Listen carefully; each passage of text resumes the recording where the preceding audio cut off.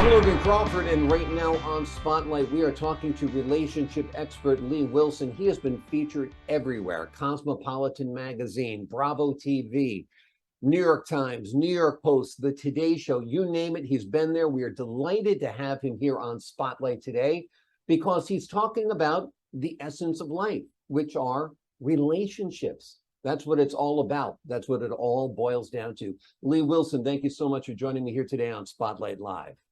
Thank you, Logan. It's a pleasure. My pleasure. Tell me a little bit about your connection with viewers. You've had over 50 million viewers on your YouTube channel. That's incredible. Is it the subject matter? Is it you? Is it your presentation? Is it the information? Is it a little bit all of that? You know, I like to think that maybe it's a combination of all. One of the things that maybe separates me from some YouTubers is that I really try to focus on talking to just one person and don't see it as, you know, like an infomercial or like I'm speaking to a big crowd. And I also really try to speak to people who are looking for specific topics, or in this case, they're looking for information about a relationship that's in trouble. And so I really try to stay on topic. And, you know, I think that that's at least a decent reason, but the rest of it, to be honest with you, I'm not super sure. And that's one of the reasons I'm trying not to change anything, because I don't know exactly, you know, what it is, but I do appreciate it very much, and I'm really enjoying it. Well, if it ain't broken, don't fix it. So that's always good advice, right? But relationships often are broken. I think these are tough times to maintain a relationship. There are a lot of distractions out there. People are glued to their phone. There are all types of enticements on that phone. What are some of the biggest problems you're hearing about when it comes to maintaining a relationship in 2022? Wow. Well, you know, we have come out of an unprecedented time in our history and in most of our lives. And one of the things I hear a lot, as you've already mentioned, is this wonderful contraption that we hold in our hands so often, and we connect with the world through.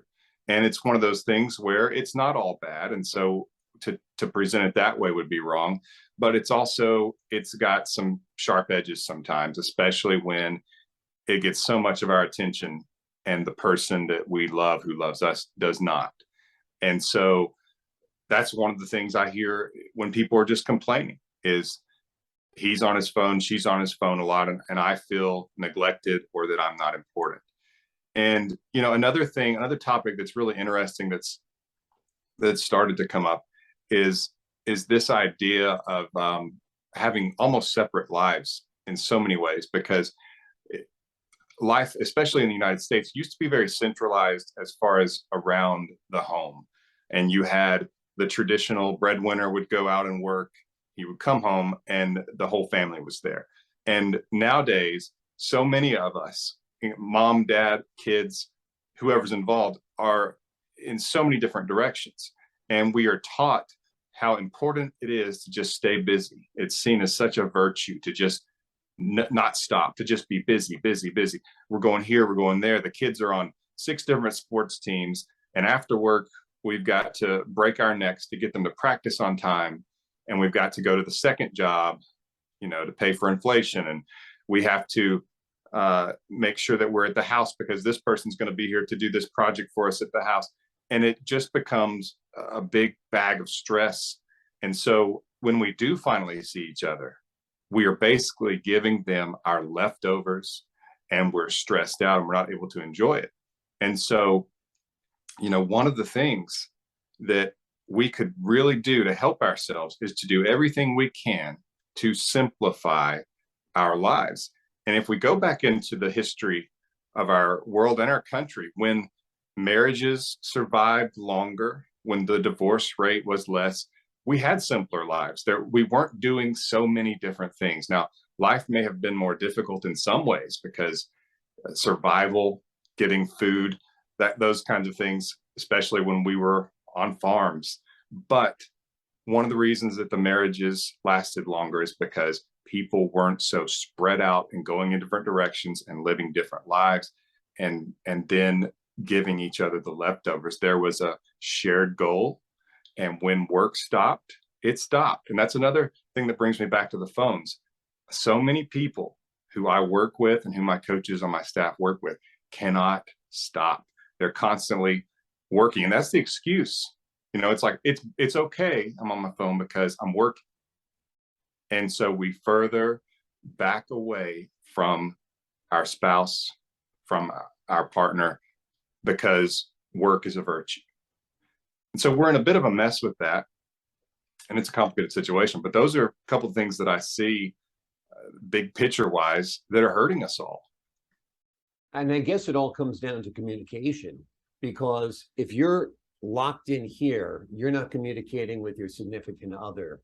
And what is a relationship if not communication, right? Right. And, you know, communication is fundamental for intimacy. And if you say it slower, you can get the message. Into me, see.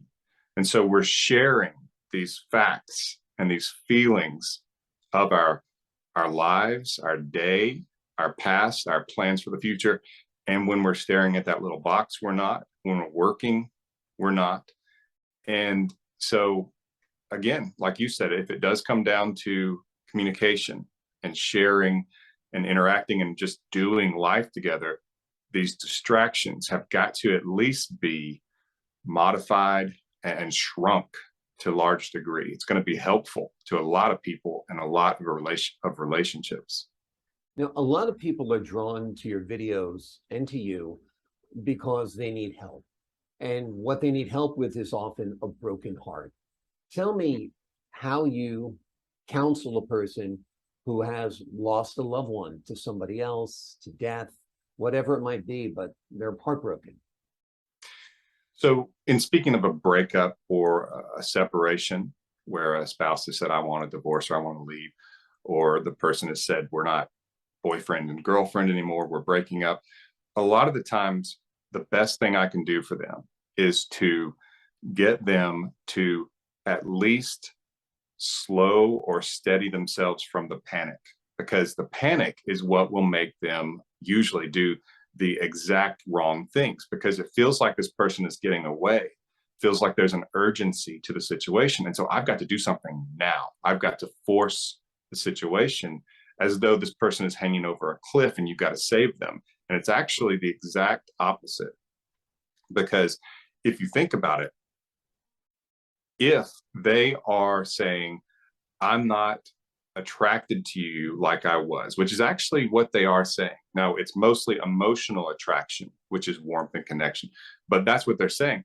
And so if you respond by giving them more of yourself, since it's something that at least at the moment they are not wanting and they're not attracted to, it becomes, for lack of a better term, repulsive. It's actually going to push them away.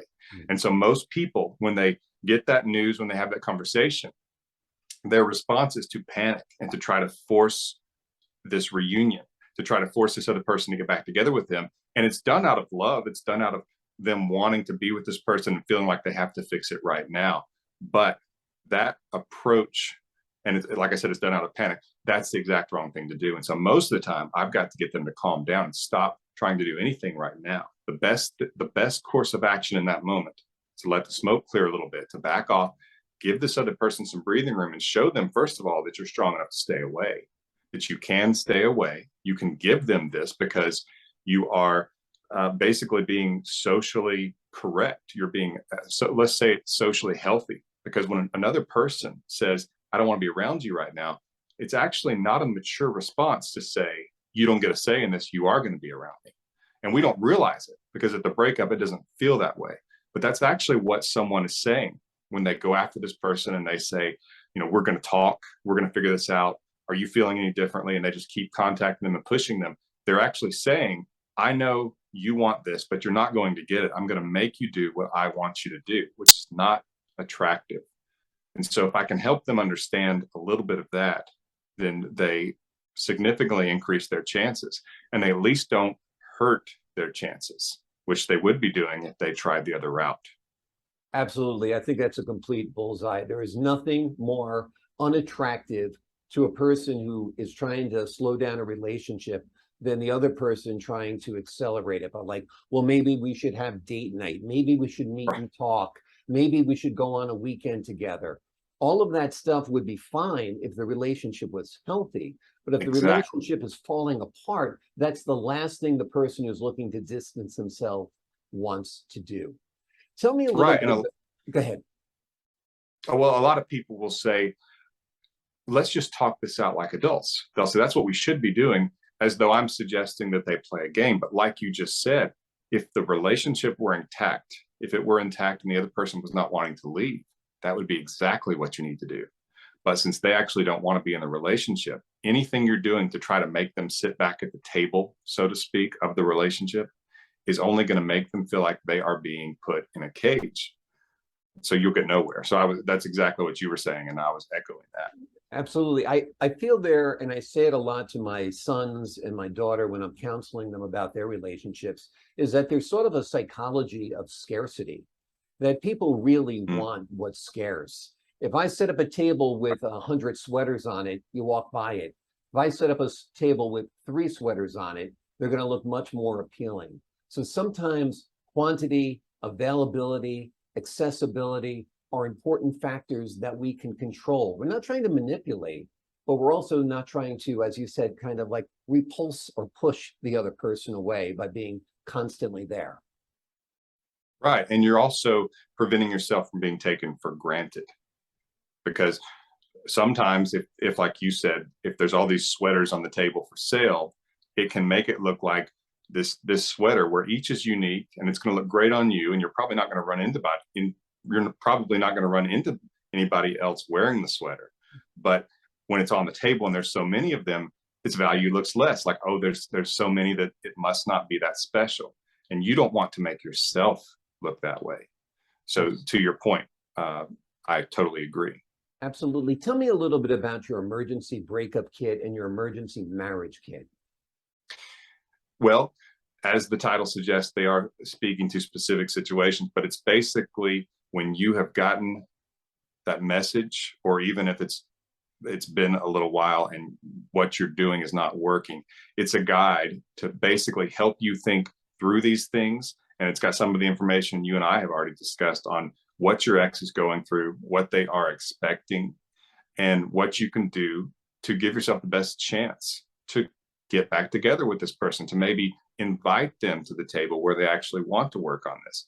And most people, as we've discussed a little bit, are inclined to do the exact wrong things. And so many times they get advice from a friend or a well-intentioned family member. And it's a lot of times the wrong thing to do. And simply because, just like with any other subject, if you want your haircut, you go to someone who knows what they're doing and who's done a lot of haircuts. If you are going to someone about your health, you would prefer they have a lot of experience. Your car, same thing. You don't just go to a friend and say, hey, I know you drive cars, would you fix mine? We want someone who works on cars and who's done it a lot. And so that's where the emergency breakup kit is the benefit of really 2 decades of me doing this. And so rather than having to reinvent the wheel or hurt your chances by trying things that don't work, can really give you a head start. And the same thing with the emergency marriage kit. There are quite a few different things when it involves marriage. And so I'm going to get into those and that. And there's a lot of documentation to help you when this other person maybe says, I might give you another chance, or let's try, which happens a lot with marriages, just because there's so much that they could lose.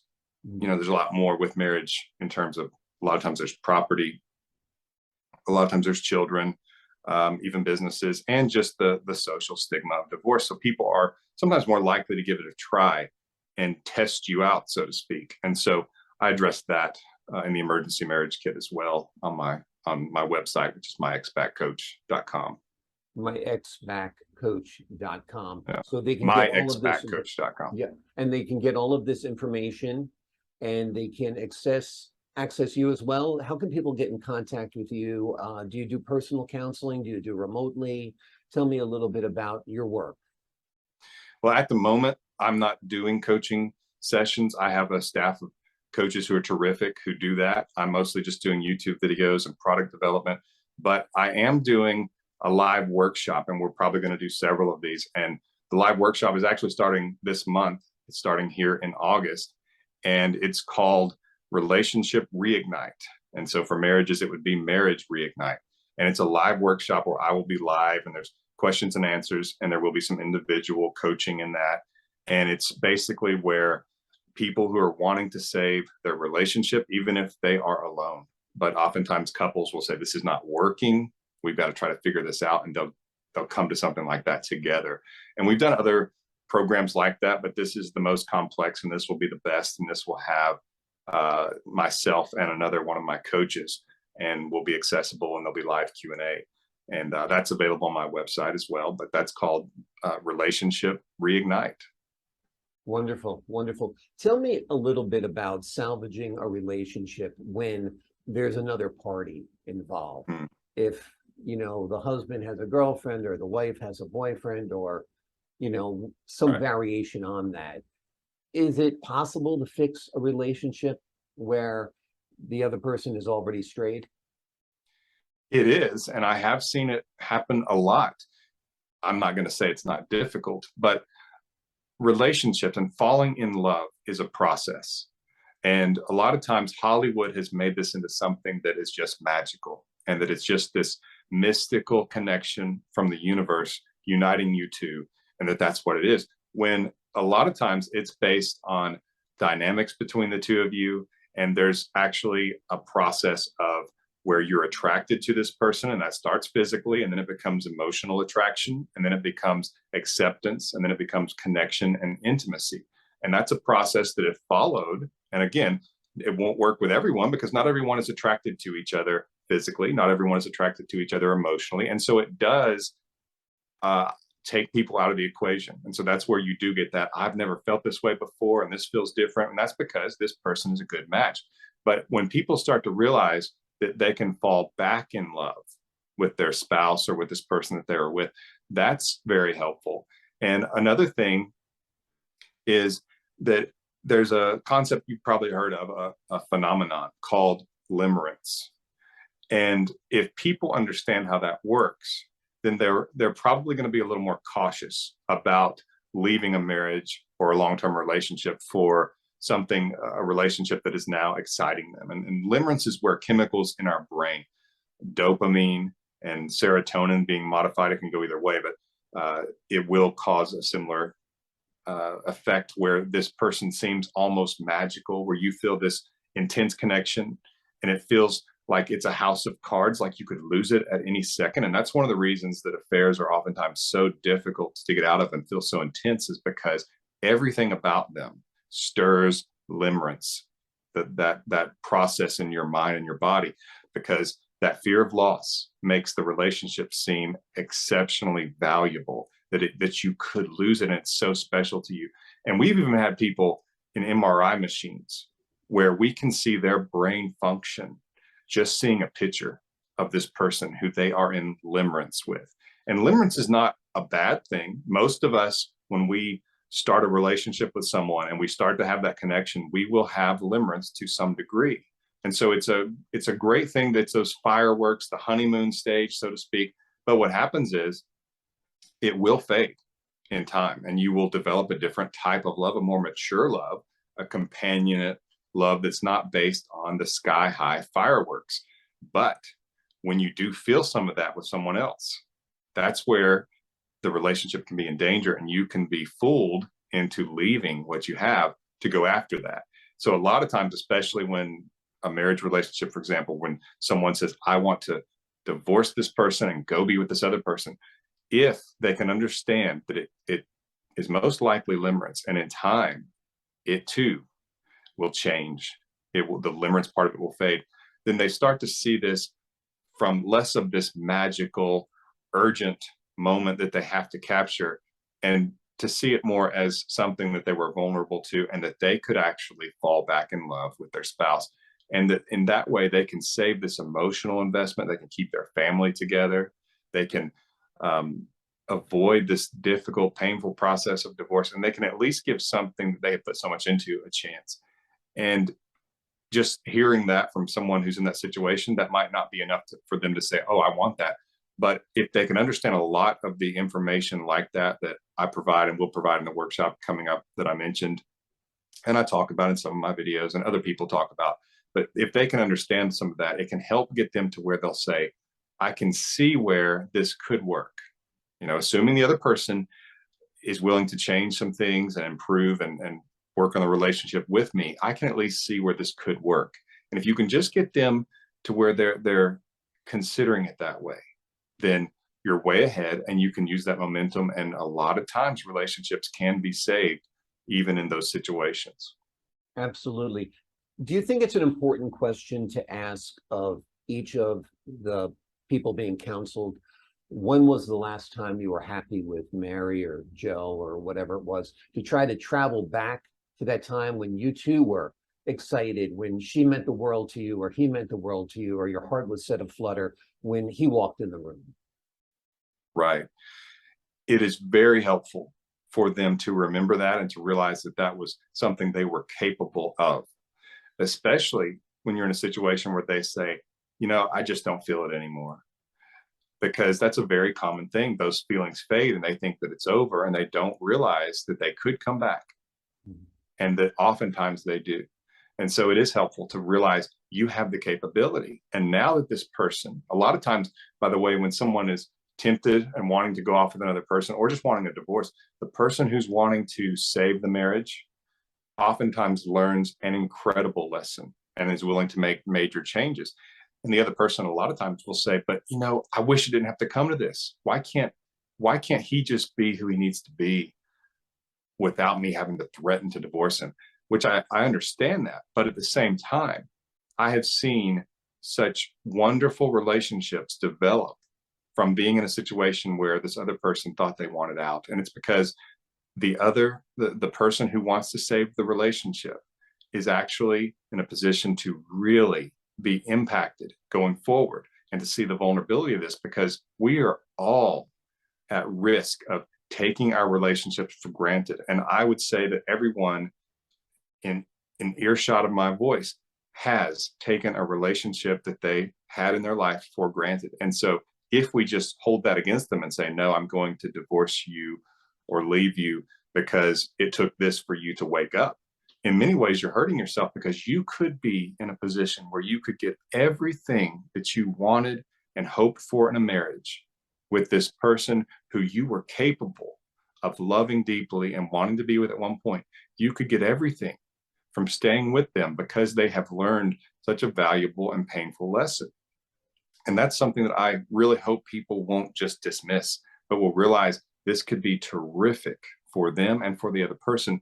And that if they could learn to see this as a value, as something that really could be a positive that this person has learned. It's sort of like, I heard this from someone, and I don't know if it's a real situation, but it definitely speaks and teaches just from the story. It's a brief story, and it's where a man made a terrible decision and cost the company $30 million, and he was an employee. And one of the boss's friends said, well, when did you fire him? And the boss said, I didn't fire. And the guy said, why did you not fire him? And he said, it cost me $30 million to train him. He learned. And that's not a mistake he's going to make in the future. And he's going to be more cautious. He's going to be more aware, and is far less likely to do anything like that. And the same is true of a spouse who has had that wake-up call that the other person wants to leave. You are much less likely to experience at least to the same degree, the negatives that caused you to want to leave from this person who has now realized how important it is, or has had a wake-up call, or at least had to realize that what they were doing was not what was needed. And so they're actually willing to look at the changes that need to be made. You're much more likely to be happy with them and to not experience the negatives again than you are with a stranger or someone you've just met or someone you think you want to be with who hasn't had to learn that lesson. Exactly. It may not be as poetic or beautiful as the Hollywood narrative that we're used to and that we've grown up with, but that's actually real life. Absolutely. People aren't disposable. Relationships shouldn't be disposable. You've invested time, you've invested energy, you've invested your mind, you've invested your heart. In many cases, that relationship is worth holding on to instead of the temporary, distraction that is in your life right now. Lee Wilson, it is easy to see why you rack up the views on YouTube and other social media outlets as well. Folks at home, you can get in touch with Lee and his group by following the links below. His website is also on your screen right now. Lee Wilson, thank you so much for spending some time with us today on Spotlight and sharing all of your knowledge about this very, very important subject. Thank you, Logan. It's been great to be here. Great to have you. And I'm Logan Crawford. To the folks at home, thanking you for your time this time. Until next time on Spotlight.